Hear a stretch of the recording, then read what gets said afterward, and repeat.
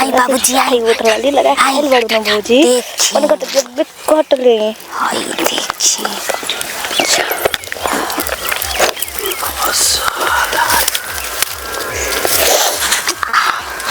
कितना मीठ लगत अब बत्ती पे लागी अरे हैं तहनी के लाज शरम बा हैं लड़की होके लड़की से प्यार करतड़ कुल मर्द विदेश में बा हैं बाबूजी का भला आ जेठानी बनेले घर में बैठ के हर जगह तना डायलॉग मारेले हैं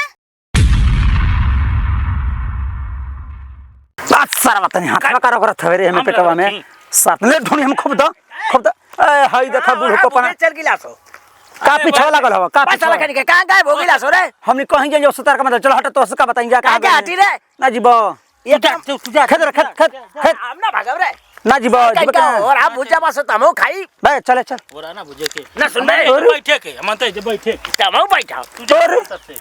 हमने पीछे पे झका लागल हो काम ना आई तो नहीं यार ना हट तू जा हट तमो बैठा अरे कार आला सो हमने कहीं रह जाओ सुतार का मतलब बैठे के जा तू अपने खेद सुरो खेद ना मत बे मारा भागन तो मुझे दे जब भागन तो भगवा के है सुरा कोई ना सरसों में ढुक जो हां फिर चल के देखे के मगर सारे ते हमके धर पकड़ मत कर हमारा बाबूजी लिए केने गनी बाबूजी अरे सर्व गजब करते है रे बाप अरे मैया अरे हमरे बाबूजी के देखनी का तू हेने आवन हेने सुन हां छोड़ी अरे सुन का हेने सुरा एक सारा देख रहे के लोग नहीं खेले पता ये मत का भइला अरे कैसन चोरी अब लड़की को जाके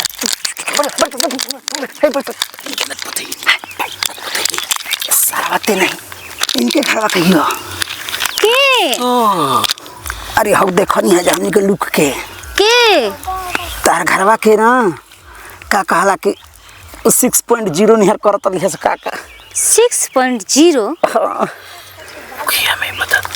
मुखिया में मक हमरा नहीं के बुझात का बोल रहे हैं अरे हाय से देखो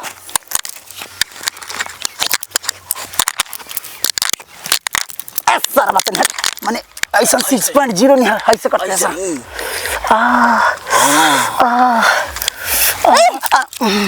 ऐसे कर चली ऐसा हां सही बात थियो हम के लुक के देखो अरे के करत रहला हमार माथा पे चिमच करल गन हम बाबूजी के खोजे आइलनिया तार घर का नहीं हो हर की साड़ी पहन ले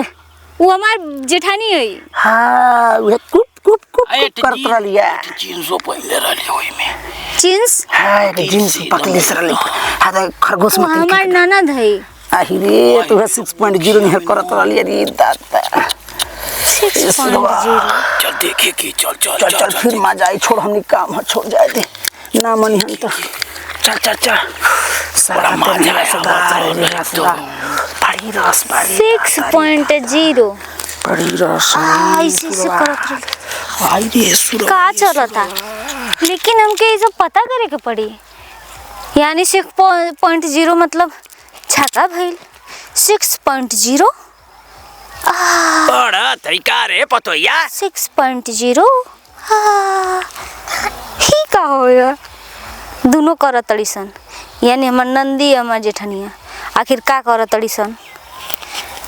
हमके पता करे के पड़ी नहीं तो ऐसे ही तो बाबूजी का हम आपके खोजत रहनी ब्रेक अरे हम तो के जगावत है तू सपना सुनत रहल एका दिन में का 6.1 अरे बाबूजी पढ़ले है कि नहीं? बुलवा दियनी हमके का दूगो लइके मिलला ना हां ठीक बा आपके खोजत ही नहीं था तू कहता कि 6.0 और हमार बड़की भाव दीदी और बुचिया दोनों ऐसे ऐसे करत रहलिया को हां अपने में हां अरे हमार लड़की ना ऐसी करल बा पागल है का रे अरे उ लइके कहत रहना कुल आउ खेसरिया ला का हां वो मौगड़ा का जानी रे तू जाने के ना सुने को खरी झमेला मत क्या ठीक बा चली घरे त ई का कहत रहल एक आई हमके दिमाग में खटके लगा 6.0 का खट नाग बाबा छाका अरे बारब जीवन फाटे है जो बस छक्का मनौला ही भूला जाई तू ही छक्काई समझ ली हमें लड़की बनाई भी आई तो हम थोड़ी बनाऊनी है उ दोनों सही है, यही से लपटियालन संग में करे। हटी। अब हम ना खुफिया बनम पतो या और पता करम जी कुल का करत हमन 6 एकदम डाकू बन जो जैकी शराब वाला ना। आप बड़ा जे बड़की पतैया हमार बेटी हुआ ना और छोटकी पतैया कोनो औकाते नहीं खा कोनो ना देख एकदम पता लगा। अरे हटी चली सुने एकदम पता लगा दिल जले बन के ठीक पूरा 6.0 6.0 कम ऑन फास्ट।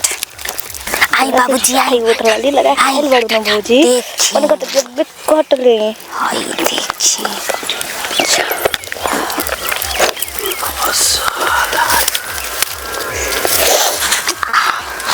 कितना मीठ लगत रे। अब बत्ती ते लागी अरे हैं तहनी के लाज शरम बा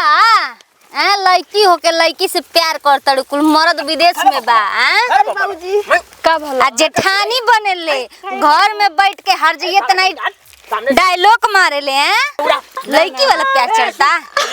अरे ना बाबूजी पहले वीडियो ले हमें बाहर निकाल हाथ डाल के पतो या निकाल हाथ डाल के हम तो डर गए। निकल